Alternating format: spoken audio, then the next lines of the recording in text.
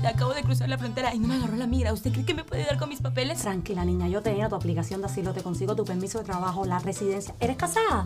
Yo te caso. ¿Hiciste los taxes? Me vas a firmar aquí. Ahí. No ponga su futuro en manos de inexpertos. Mi equipo de abogados licenciados en inmigración y yo abogaremos por sus derechos e intentaremos ayudarlo a alcanzar el sueño americano. Buenas noches, bienvenidos a Agárrate. Hoy es jueves 17 de noviembre del año 2022. Mañana es el Día de la Chinita. Bueno, y yo quiero recordarles que Farm Aid Pharmacy ya no está solamente en Pembroke Pines, sino también en Kissimmee, ahí cerquita de Orlando. En Farm Aid Pharmacy no solamente puedes comprar tus medicinas, ahí vas a conseguir todas las medicinas que necesites, sino que además puedes aprovechar y comprar los mejores regalos de Navidad porque tienen los perfumes más codiciados al mejor precio. Además, unos accesorios espectaculares. Farm Aid Pharmacy está en Pembroke Pines y también en Kissimmee. Y el año que viene vamos a tenerlo aquí, bien cerquita, en El Doral.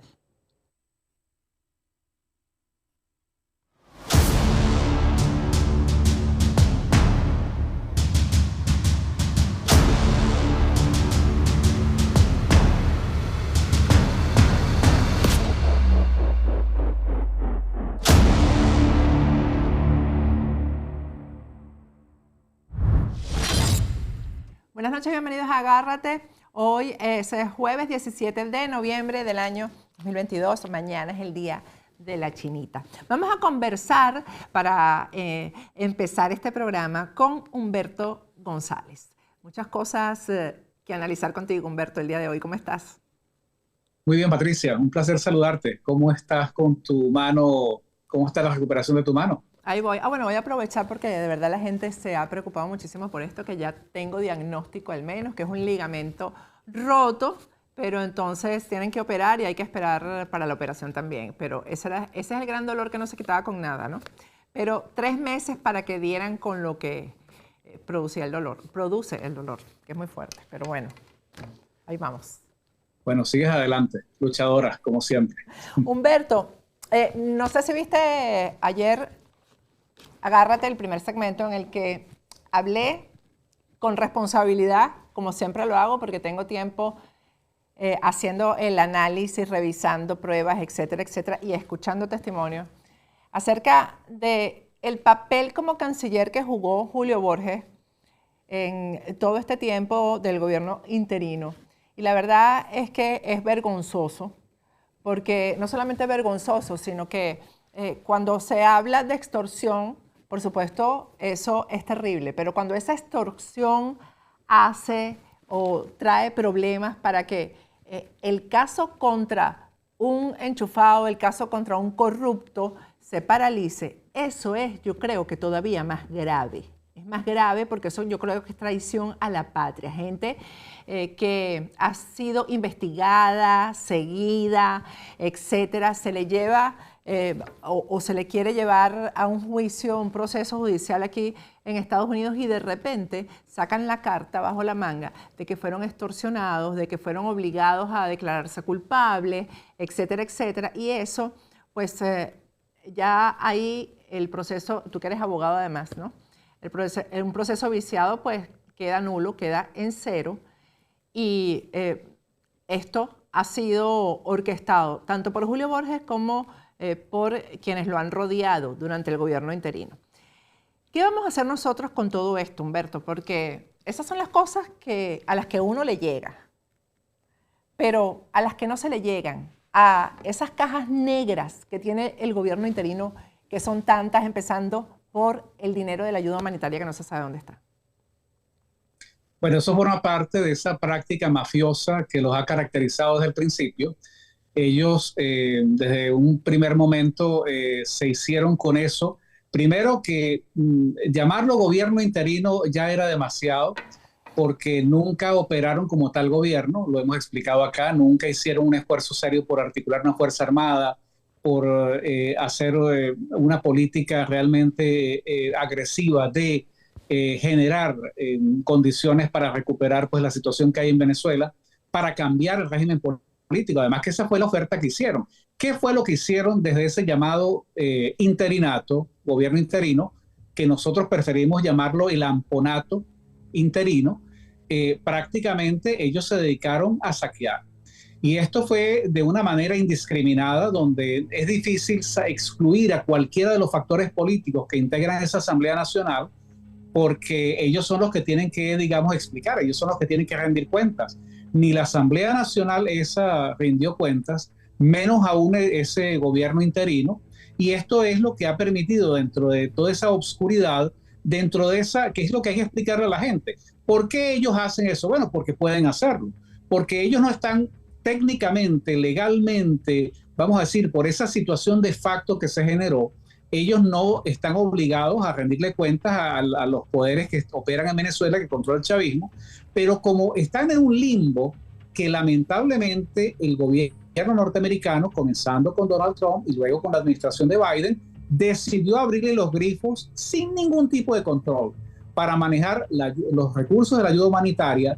Decidió desbloquearles el acceso de los activos que estaban congelados, que el gobierno chavista, el régimen chavista, no podía administrar. Bueno, ¿a quién le van a rendir cuenta ellos? ¿Al Attorney General en Estados Unidos? ¿Al fiscal general? No se rinden cuentas ni siquiera a su propia Asamblea Nacional.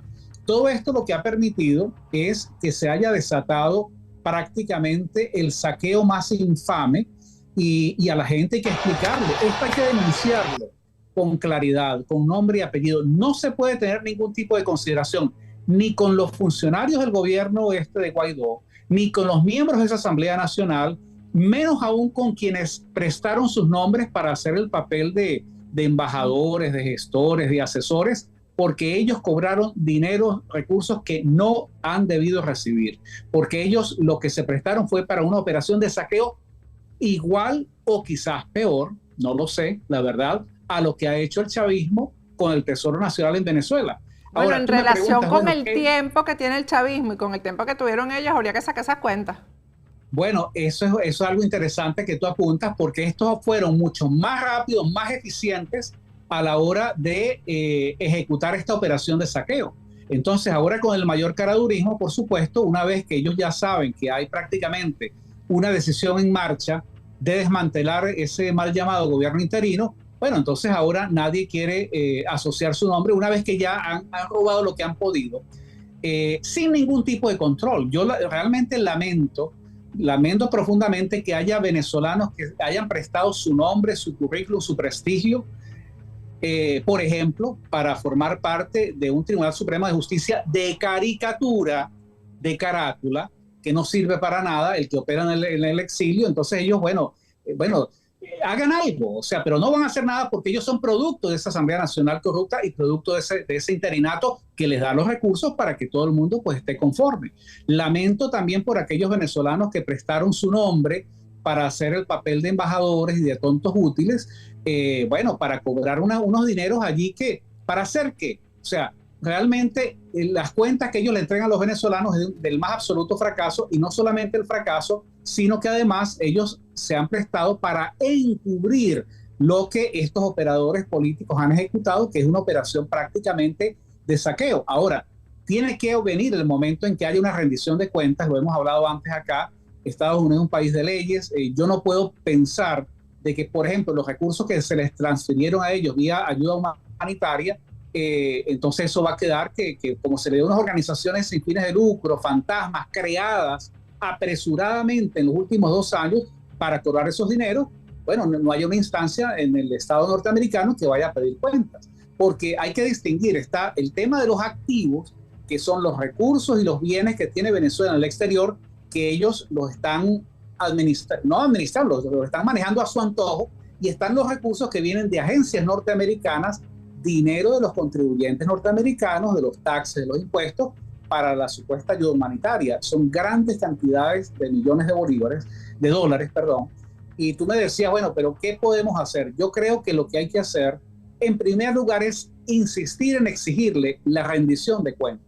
No se le puede dar un cheque en blanco a la falsa oposición. No se puede admitir el chantaje de que entonces decir, por ejemplo, que Julio Borges es un corrupto, es prestarse a que el chavismo se quede en el poder. No.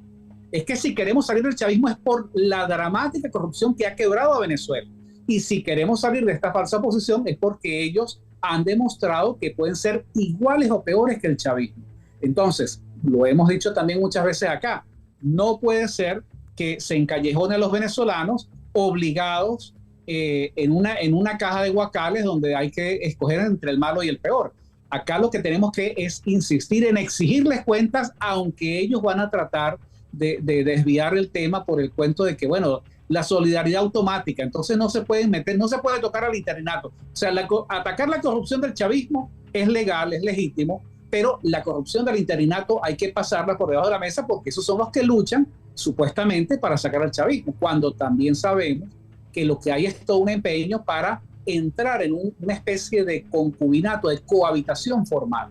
Yo creo que eso es totalmente inaceptable, pienso que no me sorprende porque es lo que ellos han hecho, y lo que sí creo es que de manera sistemática y pedagógica tenemos que seguirle explicando a la gente que no se le puede dar un cheque en blanco a la falsa oposición, así ellos nos presenten las caras, los rostros más venerables, más honorables y los más amables, porque lo que hay que ver detrás de esas caras honorables es las políticas y los intereses que ellos representan.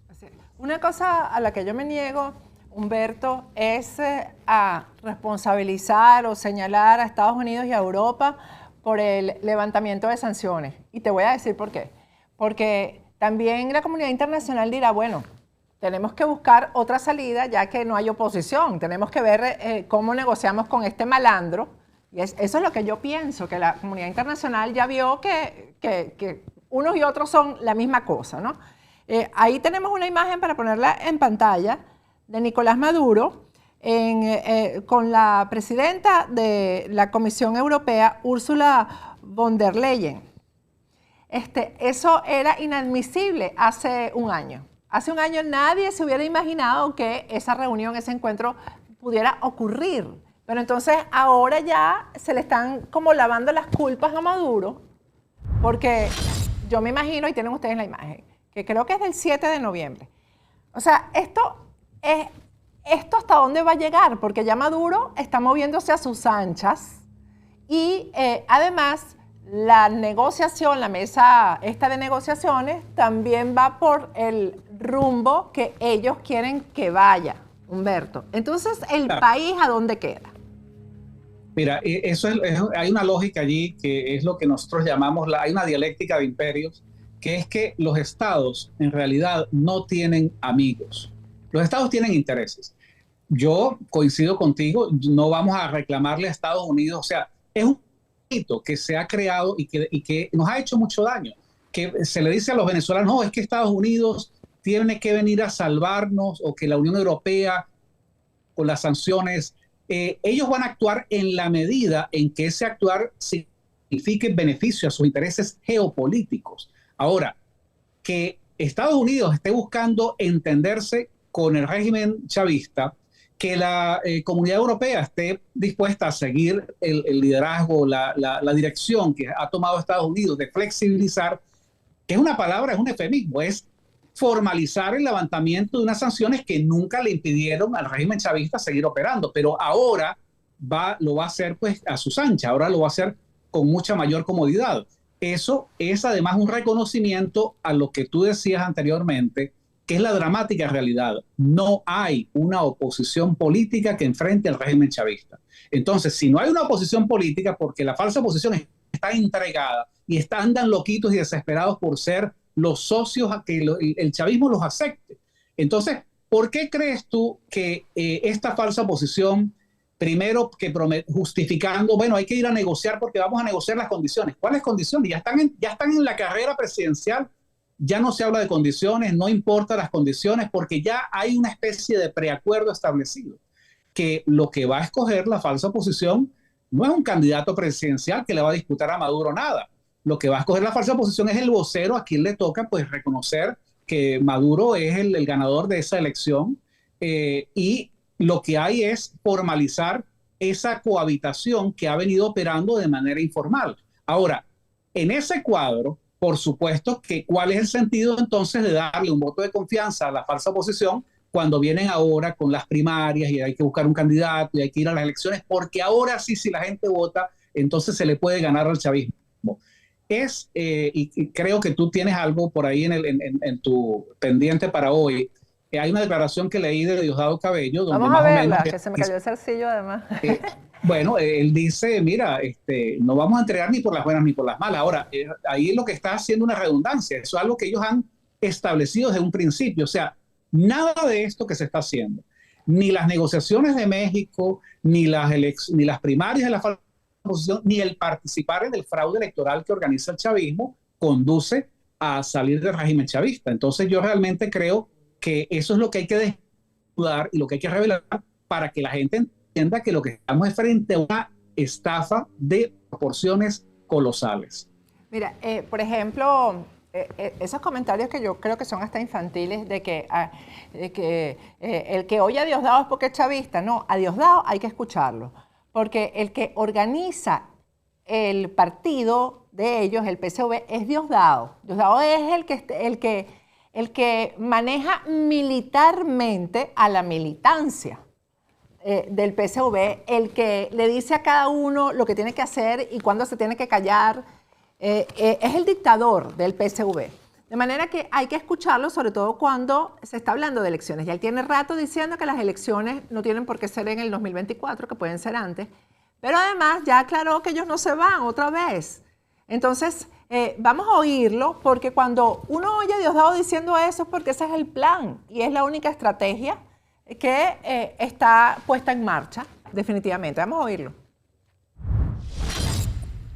Debe quedar claro a los que van al diálogo que nosotros sentarnos a dialogar con la presencia de cualquier persona no significa que estamos capitulando, no significa que queremos entregar, no.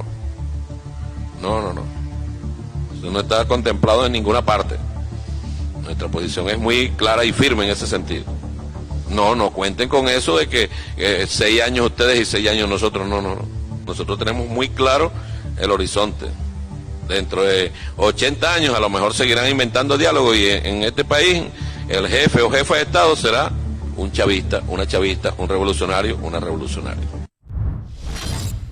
Fíjate, Humberto, que él usa la palabra entregar. Él no usa la palabra nosotros no vamos a perder. Él usa la palabra nosotros nos vamos a entregar. Pero además dice que eso, porque él siempre le anda mandando mensajitos a estos dirigentes de oposición que intentan hacer planteamientos, tú sabes, por debajo de la mesa, como, bueno, vale, pero déjennos 6 años aunque sea y después entonces nosotros les entregamos. Eso que le acabo de decir, te aseguro que fue un planteamiento de alguien de la oposición. Y él se burla y lo revela como diciendo, sigue haciendo planteamientos porque tú ves como te sigo vendiendo y te sigo tirando para la calle. Ellos no van a entregar, lo dijo clarito. Mira, eso es evidente. O sea, no creo ¿quién se puede sorprender cuando todo lo que se ha establecido, el régimen político en Venezuela, todo está diseñado para que la única manera que el chavismo deje el poder es por la vía de un hecho sobrevenido? Esto lo hemos explicado, yo lo he escrito abundante en los artículos que envío a diferentes medios. Lo he explicado, por ejemplo, que el problema grave, que el ángulo, por ejemplo, para poder entender el problema en Venezuela y cómo podemos definir por qué pensamos que no hay una oposición verdadera y lo que hay es una falsa oposición, es porque no se asume que lo que está planteado es una crisis de Estado, no es una crisis de gobierno. Entonces, convenientemente, los que quieren entrar en ese concubinato, en esa cohabitación, bueno, tienen que hacerle el juego al chavismo, encasillando el debate en el esquema de que esto es una crisis de gobierno. Por eso Leopoldo y el uno y el otro y Capriles y Rosales dicen, no, es que las elecciones, es que si vamos a las elecciones, o sea, justamente tratando seguramente de darle fuerza a algún planteamiento que privadamente le hayan hecho, algo totalmente infantil que le hayan sugerido al chavismo, mira, ¿por qué ustedes no se quedan? Les respetamos su Fuerza Armada, pero bueno, al menos hagamos una alternabilidad, como era antes con la DICOPEI, ustedes 6 años, nosotros 6 años, y claro, ya hemos visto, o sea, sería una tontería ignorar que el chavismo, desde el principio, desde que José Vicente Rangel se inventó la teoría de traer al centro Carter y las negociaciones y la mesa de negociaciones, el chavismo siempre ha entendido que las negociaciones son un escenario para diluir cualquier posibilidad de resistencia. Ellos ganan tiempo y de alguna manera mejoran una posición, por ejemplo, como hace unos minutos comentábamos. Es evidente que al principio había más países quizás dispuestos a apoyar una salida diferente en Venezuela. Ya no es el caso, ya nadie habla de que son 60 países. Yo creo que no hay ni 5 países dispuestos a meter la mano por esa falsa posición y por eso discretamente cada quien pues está tratando de salir de la escena. Solamente por la vía de una confrontación, no por la vía de unas elecciones. Ir a unas elecciones es simplemente hacer el juego a ellos, prestarse justamente para ese fraude que ellos intentan hacer. Y es algo que han venido haciendo sistemáticamente en los últimos años, de manera que lo que dice Diosdado Cabello es ratificando algo que ya sobreentiende que es así, que no, aún perdiendo en el supuesto de que pierdan, no lo hicieron con la Asamblea Nacional, perdieron la Asamblea Nacional, hubo un cortocircuito en el esquema de fraude del chavismo, del fraude electoral. Bueno, ¿qué hicieron? Bueno, se perdió la asamblea, le montas una asamblea constituyente, le quitas los poderes vía Tribunal Supremo de Justicia. Entonces, eso mientras significa no se no entienda, entregar. Ese es el no entregar de Diosdado. Pero por supuesto, es que, mira, mientras no se entienda que lo que hay que buscar es un cambio de régimen político, hay que reventar el Estado chavista, empezando por toda la estructura burocrática del gobierno, las Fuerzas Armadas chavistas que no son de la nación venezolana, son unas fuerzas al servicio, militares, al servicio de ese bandidaje político. Bueno, la falsa oposición estaría encantado si les dan la oportunidad de ser cogobierno en algo, dejando a ese Estado chavista intacto. Por eso yo creo que ese es un planteamiento que está condenado al fracaso. Creo que si tú preguntabas al comienzo, bueno, pero entonces, ¿hacia dónde vamos con todo esto? Yo creo que esto va a una situación que, en mi opinión, es irreversible, porque yo no diría, mira, no hay mal que dure 100 años ni cuerpo de los racistas. Yo creo que no hay chavismo que dure 100 años ni Venezuela que los resista. O sea, esto va a llegar el momento en que, producto de las contradicciones internas que están ocurriendo dentro de las Fuerzas Armadas chavistas, va a ocurrir una situación que quizás se logre un desprendimiento, y producto de una crisis que yo creo que va a ser en el sector militar, quizás se presente la oportunidad de buscar un desmembramiento del régimen. De lo contrario, bueno, hay que seguir luchando y resistiendo, porque yo creo que la causa que es Venezuela es suficientemente grande y justifica todo este esfuerzo que se está haciendo para tratar pues de recuperar una soberanía y una independencia que quedó brutalmente destruida bajo el chavismo. Lo lamentable es que la resistencia en Venezuela es igual a hambre, a desnutrición, a falta de educación, a inmoralidad y a amoralidad, que lo hemos visto con el tema de Carabobo. Es decir, cada día se pierde más, en todos los sentidos. En todos los sentidos. Pero no podemos perder, digamos, la esperanza. En este momento la situación es precaria, no hay una vanguardia política o militar. Esa es la realidad. O sea, estamos en una situación donde la falsa oposición está entregada. Estados Unidos quiere entenderse con el chavismo. Entonces, justamente todo va para fortalecer el discurso, decir, bueno, el mal menor es ir a votar en unas elecciones. ¿Para qué votar en unas elecciones que ya sabemos que no conducen al resultado que se busca? Yo creo que de alguna manera, yo pienso que la gente, el común de la gente que se siente desprotegida, desamparada, que está luchando diariamente para sobrevivir, se tiene que refugiar dentro de esas salidas que son la abstención, y el que puede pues se va de Venezuela pensando que en algún momento pues las cosas van a cambiar. No es fácil mientras no se logre conformar una vanguardia política y militar alternativa a lo que hay. Pero yo creo que sí es una realidad también que hay contradicciones dentro del régimen, y eso puede abrir una oportunidad importante para que ocurra ese cambio político que se busca. Bueno, Humberto, seguimos conversando. Gracias. Gracias a ti, Patricia. Vamos a ir a un corte y al regreso vamos a hablar con Iván Ballesteros, que tenemos una semana que no conversamos. Y ahí vamos a tocar temas importantes. Parece mentira, como el Miss Venezuela. ¿Por qué es importante el Miss Venezuela? Porque ayer se logró demostrar el lavado de dinero que significan los shows en Venezuela. Ya regresamos.